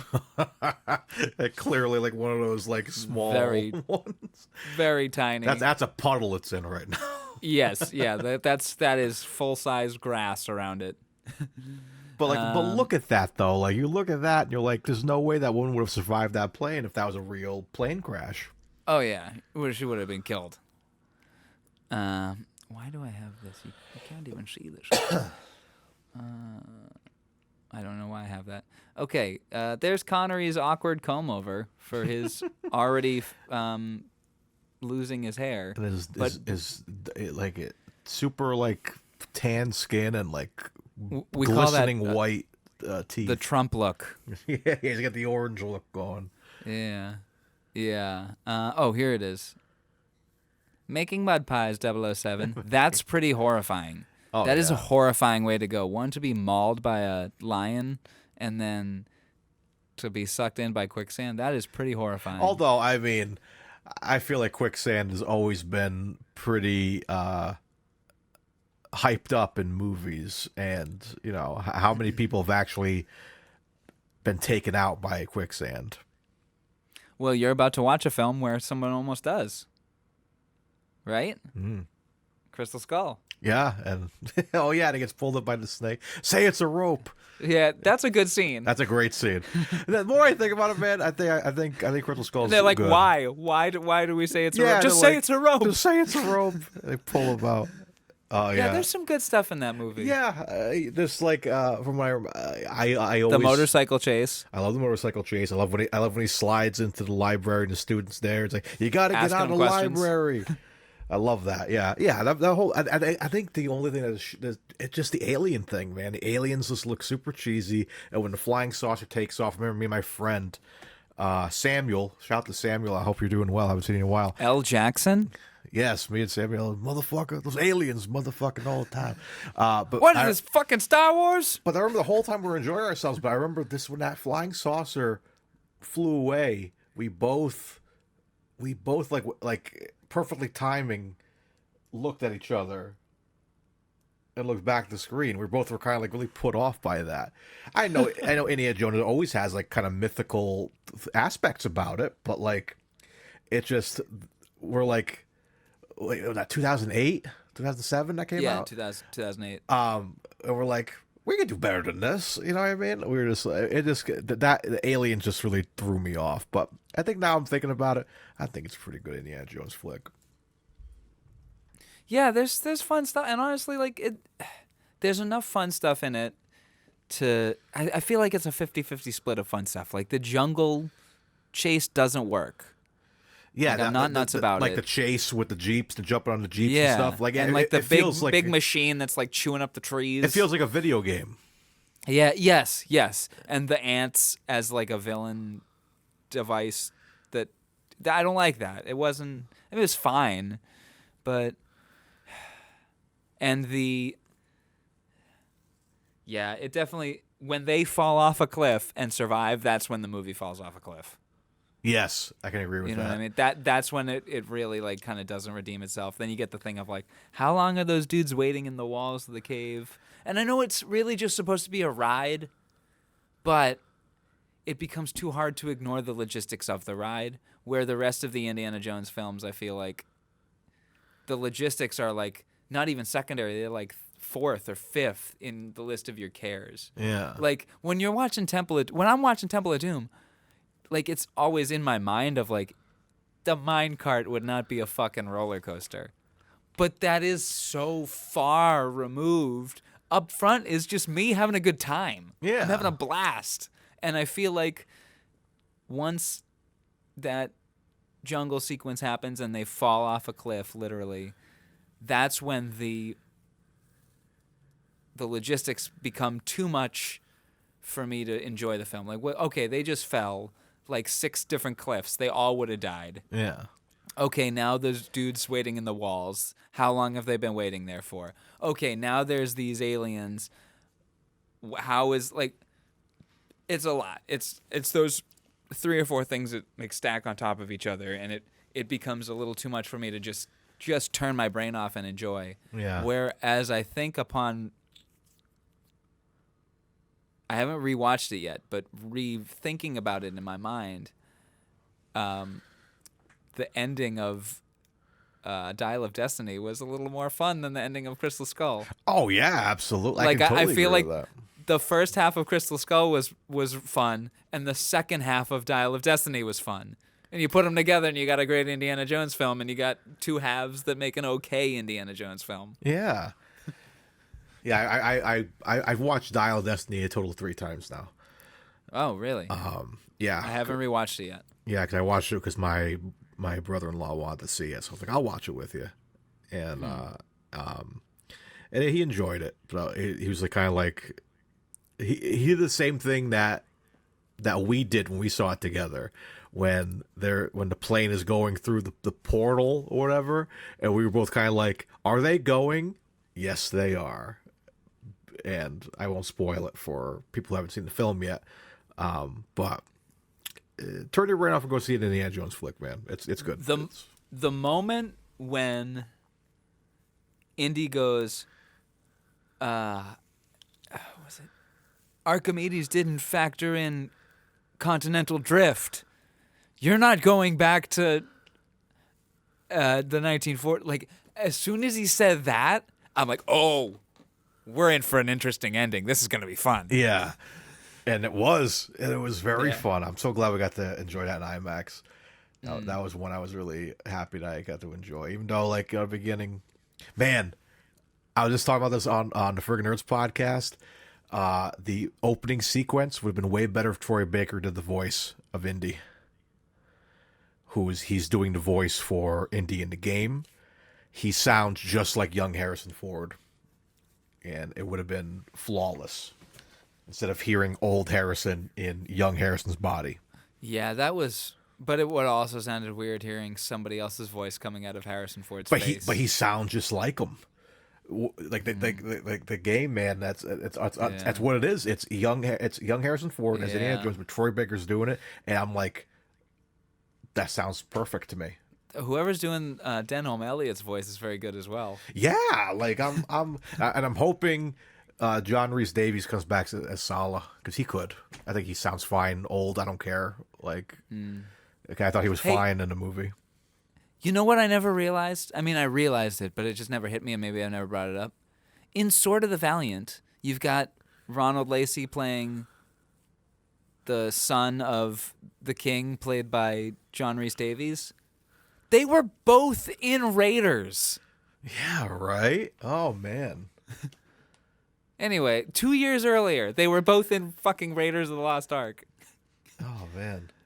Anyway, a lot of Indiana Jones alumni there, but then Connery would later go on to work with Spielberg for another Indiana Jones film. Yeah. Anyway, look at that, it's all connected. I'm excited to play that game. I'll have to come over to your house to play it because I'm not getting a game in PC or an Xbox. So, okay, the Kabuchi people are our only actors of color really in this film, besides the ones that are killed at the beginning. And they don't say anything, and they don't do anything. They just find a sleeping Tarzan, gather around him. I assume they were going to like help him in the final act or something, like an Avengers moment. But like, he just scares them off. Yeah, and like there was no need for that scene, in my opinion. Well, my note on them is that every time they're quote unquote around, we hear the Ewok flutes. Oh, do we? Yeah, it's basically like the same Ewok flute that we hear in Return of the Jedi.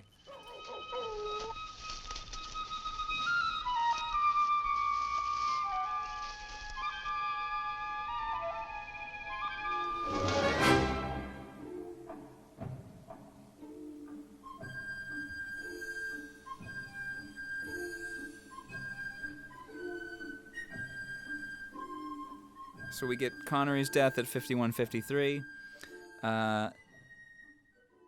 When they're swinging over the pit of alligators, that swing sucks. Oh, yeah. They just crash into the ground. And they're laying there, like, just on the edge of the lake full of alligators. And they're, like, looking at each other romantically. And it's a little weird. Like, get up and move. I like the spike pit trap. I like the angle they gave us. I was kind of hoping we get to look down and see something, but they probably didn't have any practical effects for that. Yeah, it's a nice look up. I like that. It was very subtle. Just enough to show you she's down and she got hit by the needle. So I liked it. I took screenshots of this because Tarzan is going like, okay, the river goes here and we'll head him off here. Well, do you see any lines that he's drawing? Barely.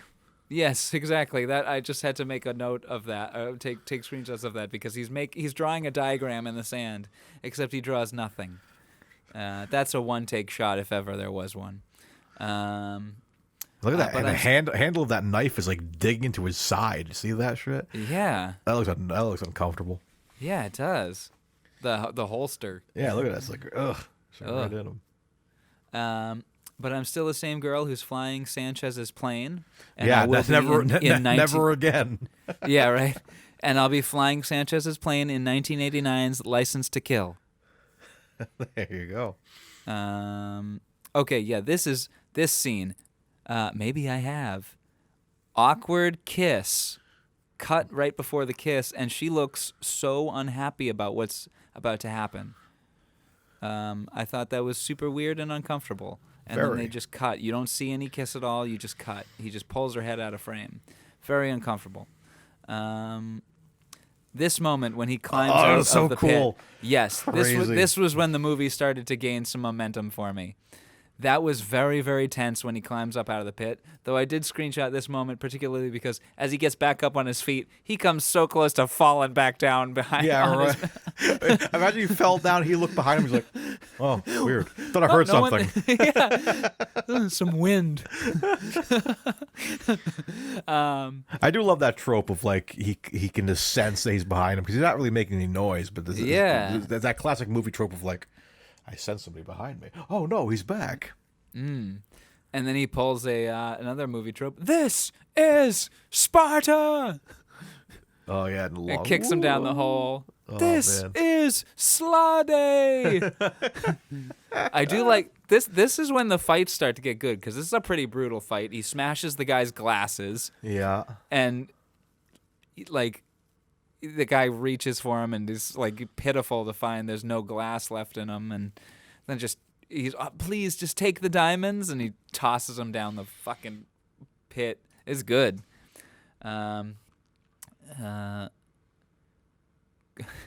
Okay, so they've kissed, and presumably you guess they've probably had sex, and then the next thing he's like goodbye. She's like, "Are you gonna come to town? Are you gonna stay?" And he's like, "No, goodbye, Angie.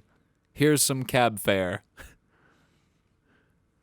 Anyway, and it's like a jungle cab, and the monkey's driving it.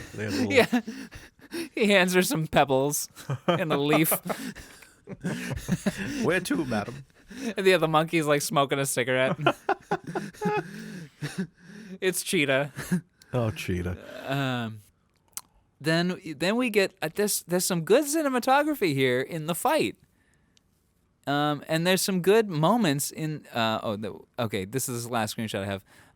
So I'll just cover this last screenshot. So after the fight, Tarzan goes and washes his face off in the river, and then like he sees his reflection. So in the pilot episode of The Incredible Hulk, so I want to cut that scene where Tarzan is washing his face with this scene here. So because he looks back at his face and he's like all happy with himself. He's all proud that he's accomplished the job and cleaned his face off successfully. This is the Hulk. Yeah, and then this transformation happens.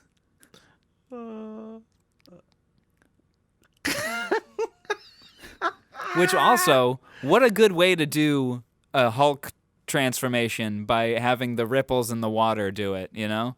Yeah. Also, have you ever watched this pilot episode of the television series? If I have, it was years ago. I used to watch the show all the time. It used to air on TV Land. It's that's how I first discovered it. My father taped some episodes off of TV Land for me. But yeah, the first episode is a 90-minute movie. It's really, really, really good. I used to watch it a lot when I was a kid. Like emotionally, the stakes are phenomenal. It's a really touching film, and it's really charming in its Hulk. In the way they get around things, like having a transformation be through the ripples of of the reflections in the water. Right.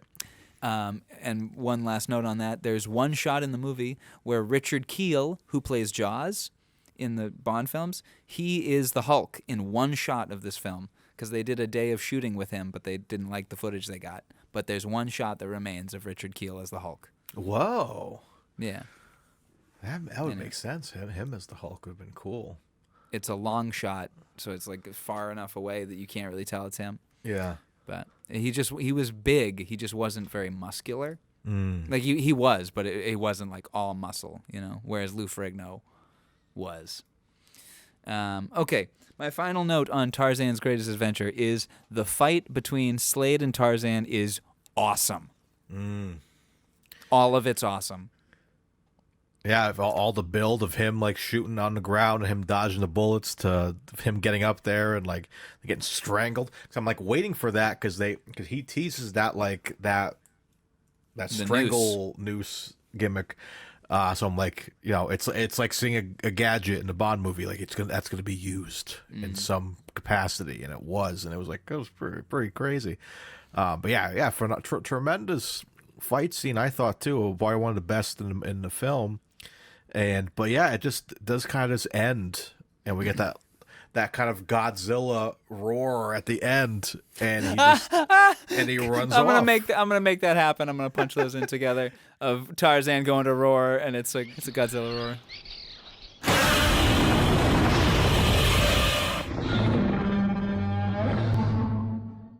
It's like Godzilla versus Kong. It's like after Kong goes down, he just yells, and that's the end of the movie. It's just crazy. So yeah, because like he sees the boat taking off, he's looking at it, and he's like, "Well, I guess I'll go home done now." And you should cut him walking away. Put the end credits of the Hulk show. Oh my God! Of him hitchhiking at the end. Oh yeah, that's good. Except he's running away. Yeah. So I sped up dun, the dun, music. Dun, dun. Oh, speed up the music. So yeah,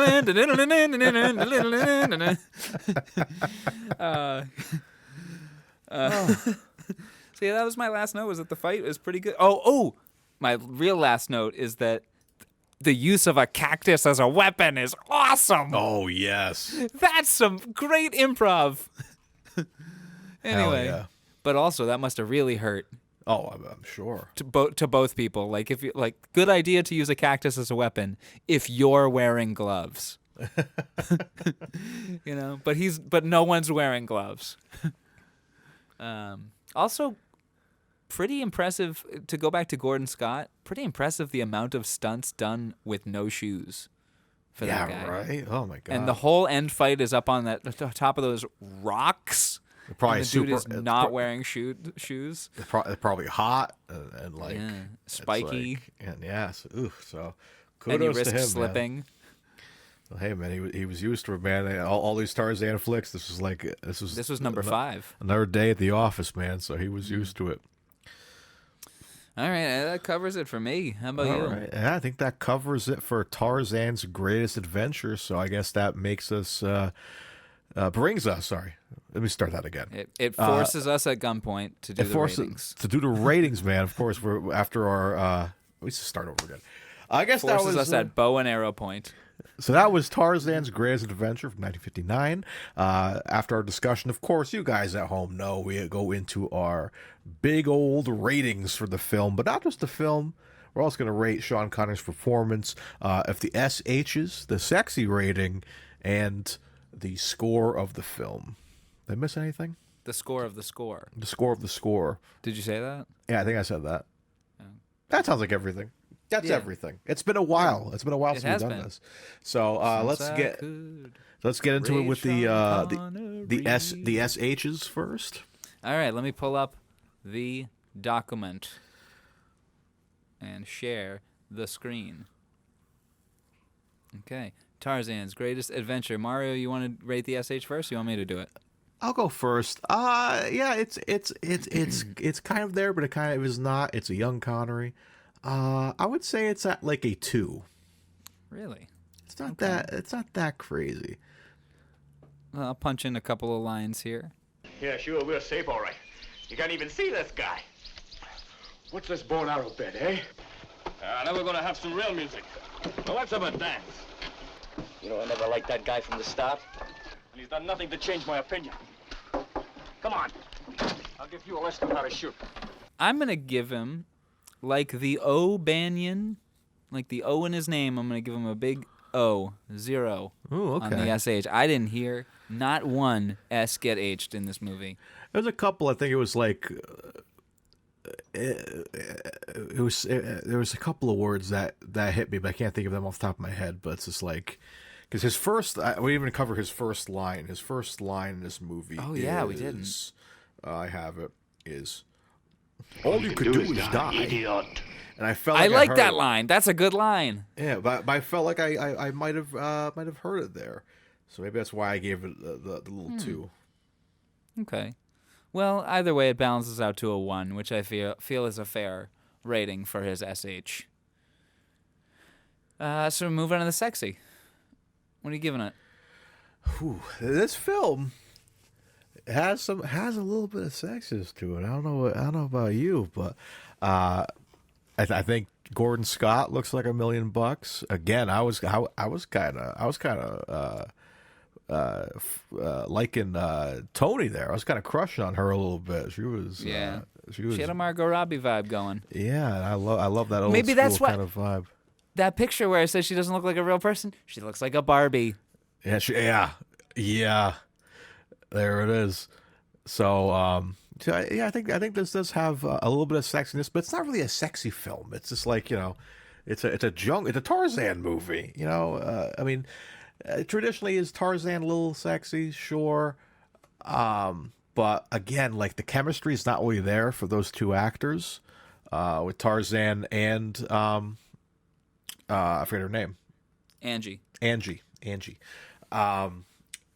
The awkward kiss and all that, and it's just like at no point in this film do I feel like they're gonna get it on or anything. It doesn't feel like it's that sexy. So I think just for that, I think I'll just stick at a 7. I think a 7 is like average. There's a lot of sexy people in this, but not a lot of sex. This was her last film, Sara Shane. This was her last film. Really? Yes. Good on her. Sorry, I just had to note that. Okay, so you're giving it a 7 on the sexiness. Yeah. A sexy 7. Oh, she did a lot of TV after. But it doesn't even look like that much TV. Up till from 1960 to 1964. Yeah, her last thing was only a couple of episodes. Yeah. Cumulatively 9 episodes of TV. Yeah. Oh wait, no. I'm sorry. No, I think it was 1, 2, 3, 5. 4. Yeah, just 5. Wow. So yeah, not a huge body of work. Sorry, I was just curious about that. Curious about what some of these other actors have done. Jesus Christ. This is the guy who played Krieger. Oh my God.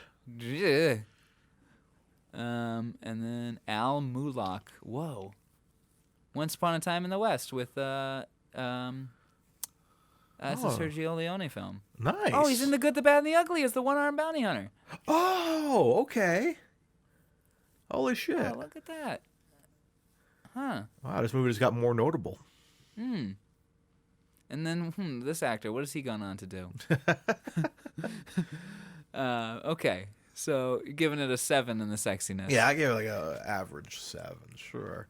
You're very kind. I gave this movie a 3.5. Really? Okay. Yeah, and it's not even because Gordon Scott's really hot. Hot Scott. Hot Scott. I'm hot for Scott. I'm That'd be a fun T-shirt. Hot for Scott. Hot for Scott. You gonna make it? Yeah, I should. With Gordon Scott as a picture of Gordon Scott, like on as on Tarzan. Yeah. Yeah. I'm definitely I go pale for Quayle. I'm in pain for Shane. No, that doesn't really work. I'm definitely able for Gable. I tell you that.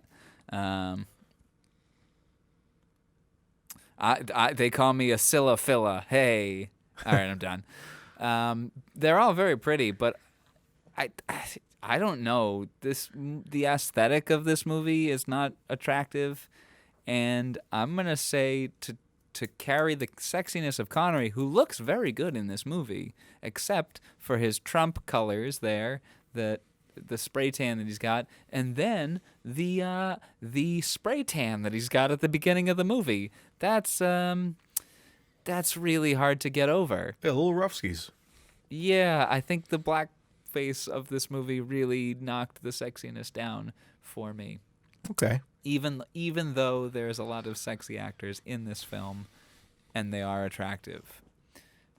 And then you add in like that horribly awkward kiss that gets cut, where he's like grabbing her head and yanking it out of the frame, like not sexy, you know. And then the moment where Tony is dancing and she like takes Slade's cigarette, like, oh, don't you want to be naughty? Like, it's not sexy, you know. Gesundheit. So yeah, that's my rating is a 3.5 on the sexiness, which gives us an average of 5.25. All right, let's go to the musical score. Mario? I don't remember shit about the music in this movie. Neither do I. So for that, I'm gonna give it like a. I think there was music in it, so There definitely was music. So I brought up the Ewok flutes. Yeah, so I'll give. I'm gonna give it like a 1.5. I'm like, there's nothing remarkable about this score at all. Oh, I'm gonna give it a 2. Okay. Because it hits those basic, like, bongo drums and big brash orchestration, and then I think the Ewok flute really just lifted it a bit for me. Okay. The kabuki flute. So an average of 1.75 for the musical score. All right, what are we doing first? The film rating, the Sean rating? Film first. Okay, me first, you first. You go first. Okay. I'm going to give this film a 1.5, Mario. Really? Really. I did not like this movie. In fact... Oh, sorry about that. Oh, I'm falling out of my chair. I do have one note on this list that just says, I hate this. Damn. This was a painful experience to watch. I did not care for the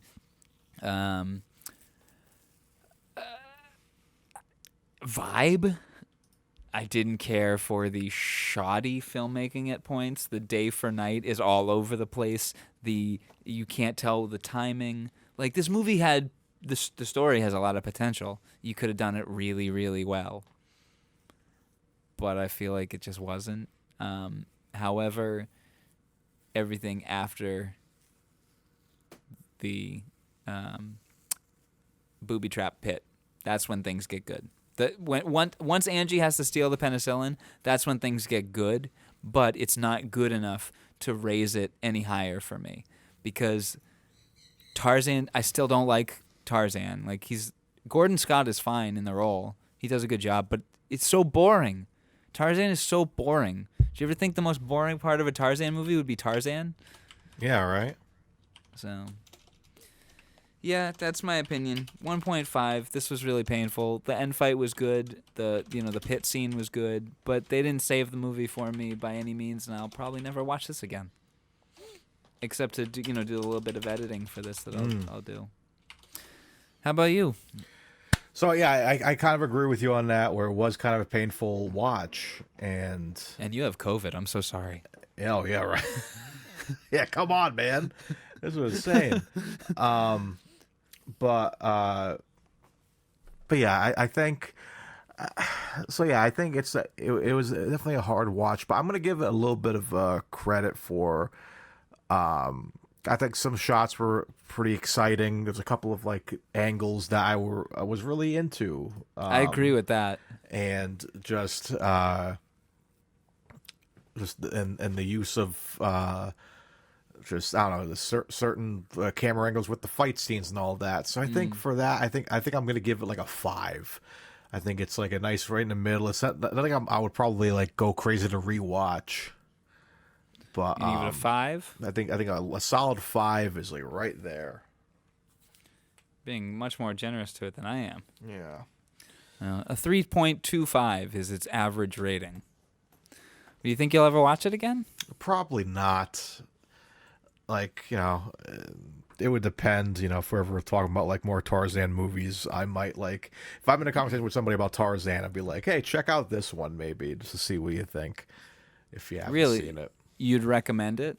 I think if you're like a fan of Tarzan bars, if you're Tar fan? Tar fan, if you're a Tar fan, then I would say, maybe check this out. It's like, being a Godzilla fan, you gotta check out all the old ones too. You know what I mean? So I think this is one that's like worth at least one watch, maybe not 2 watches or 3 watches. But I'd be interested in a remake of this. Sure. Because the story is good. It's like small stakes, but big enough. Like people's lives are on the line, so it needs to be dealt with. Yeah. Like, I don't know. Or innocent lives were on the line and were lost as a result of this action. So right. Tarzan's got it's got potential. I just feel like the execution here wasn't that good. So I don't think I'd ever watch it again. Right. Unless I was tasked with remaking it. So. All right, let's move on to our. I definitely wouldn't recommend it to anybody. Okay. So, especially because of the blackface. That happens in the first opening shot of the film. It's the opening shot of the film. I cannot recommend it to anyone for that reason. Okay, fair enough.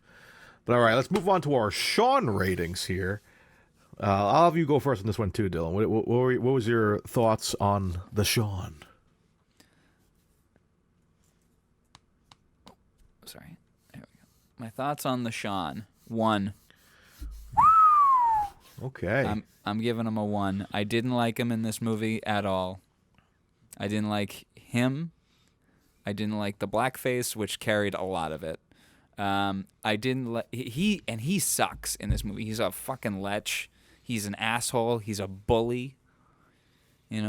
Stealing Dino's locket, which gets Dino killed, and he's like, "Oh, this over a picture of his mother." Toss it in. Like, what a fucking dick. He deserves to die. I hate him in this. Like, also, dude, it's a fucking roach, man. Get some fresh weed. Okay? Like, even if that was all the weed I brought, by the time it got to a roach, I'm not smoking it. Right. Anyway, sorry. Yeah, I don't love him in this. He is clearly having a good time being there, as he said in behind-the-scenes stuff and such, and he wanted to come back and do another one were it not for Dr. No. So he's clearly having a good time being there, and he got paid well. But that doesn't translate to me enjoying his performance. So, because sometimes when somebody's too happy to be on a job, they don't bring all of their A game, and I feel like Connery is not bringing his A game here. He's doing a lot of like, what? This thing for what? Huh? Right. Oh, but, well, if you were my wife, yeah, I'd look at your butt. Obviously, that's not my impression of him in this movie, but that's like the vibe he's giving off, like where he doesn't really need to care because it's a good payday, and the role is underwritten and garbage anyway. So right, yeah. So for me, I give him a 1. How about you, friend? I think I'll agree with you. I'm going to stick with a 1 as well. Unforgettable performance. Did you just say unforgettable? No, forgettable. Oh, okay. Okay. For forgettable Very performance, forgettable. Just not in the plethora of Connery characters. I don't see him in any positive form. It's just like nothing. It's just not memorable. It's as memorable as he was in Action of Tiger, and we gave him a higher score in that. We gave him a 2 in Action of Tiger. Damn. So I think, and the next film he gets an 8 out of 8.5 out of both of us. Yeah. So like this was a weird time. I guess he like got his act together and woke up. So yeah, I think I'm gonna end it there. Solid 1, and I'm sticking to it. Which makes me interested. I wonder what Another Time, Another Place is gonna be.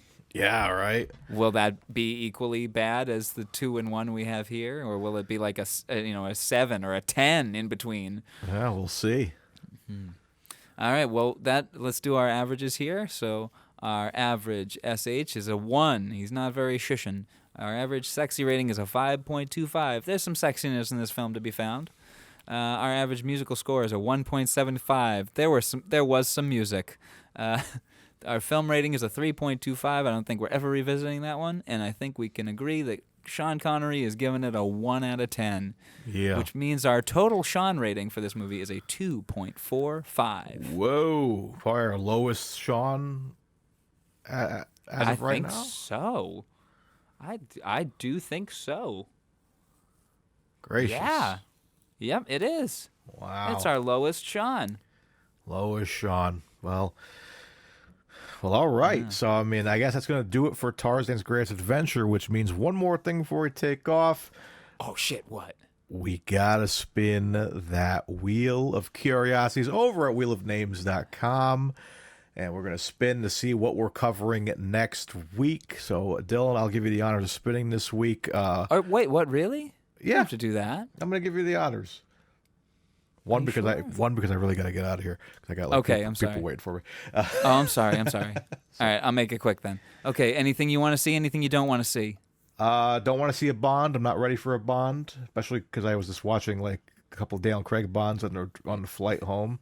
And you're watching Indy, which are kind of like Bond films. So so I'm like not in the mood for that. So none of that. And give me. I think it's time for Extraordinary Gentleman. I want that. Ooh, okay. We haven't had a really old Connery in a minute, I feel. Okay. I want Time Bandits, Hunt for Red October, or Highlander 2. Oh, those Highlander are what 2. I want. Yes. I really want Highlander 2 too because I'm very curious about it. Highlander 2, the ballet. 2, the ballet. All right. I don't want a Thunderballer, Never Say Never Again right now. Yeah, not yet. And I don't want On the Fiddle or Lilacs in the Spring. All right. All right, I'm going to shuffle. You say when, bud? When? All righty. Mario, are you ready? I am ready, Dylan. To spin the Wheel of Curiosity.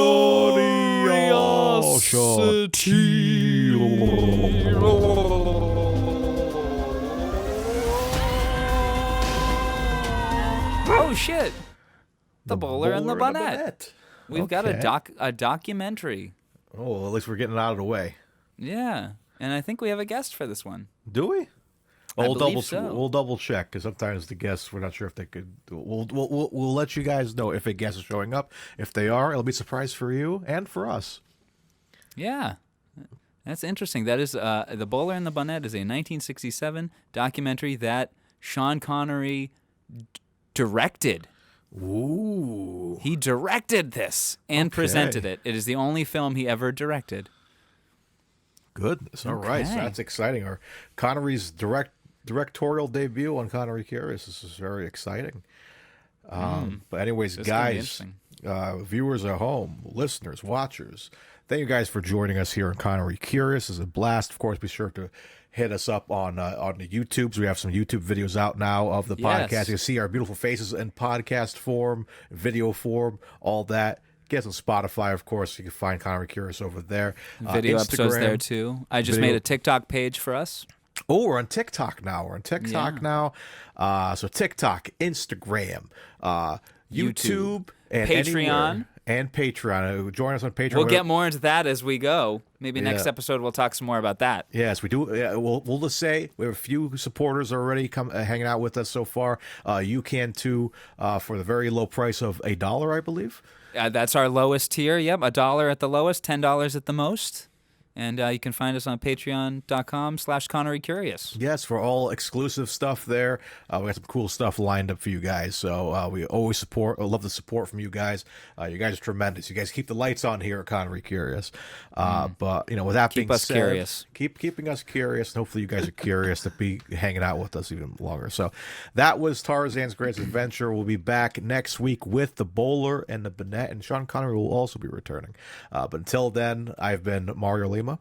And I've been Dylan Titus. And as always, folks, stay curious. Connery Curious. You've been listening to Connery Curious, a Titus Compositions and Friggin' Nerds Media podcast. Follow us on Instagram and YouTube at Connery Curious for updates, memes, and episode clips. You can also visit Dylan on Instagram at Titus Compositions to hear other podcasts and original music, watch music videos, or even pick up a great vinyl record. For more discussion about your favorite films, comics, and games, and a network for all things nerdy, visit me, Mario, at Friggin' Nerds Media. You can rate, review, and share the podcast in-app, which helps us grow the show and reach other curious Connerys out there. Thanks for spending time with us. Have a great day, and remember, stay curious.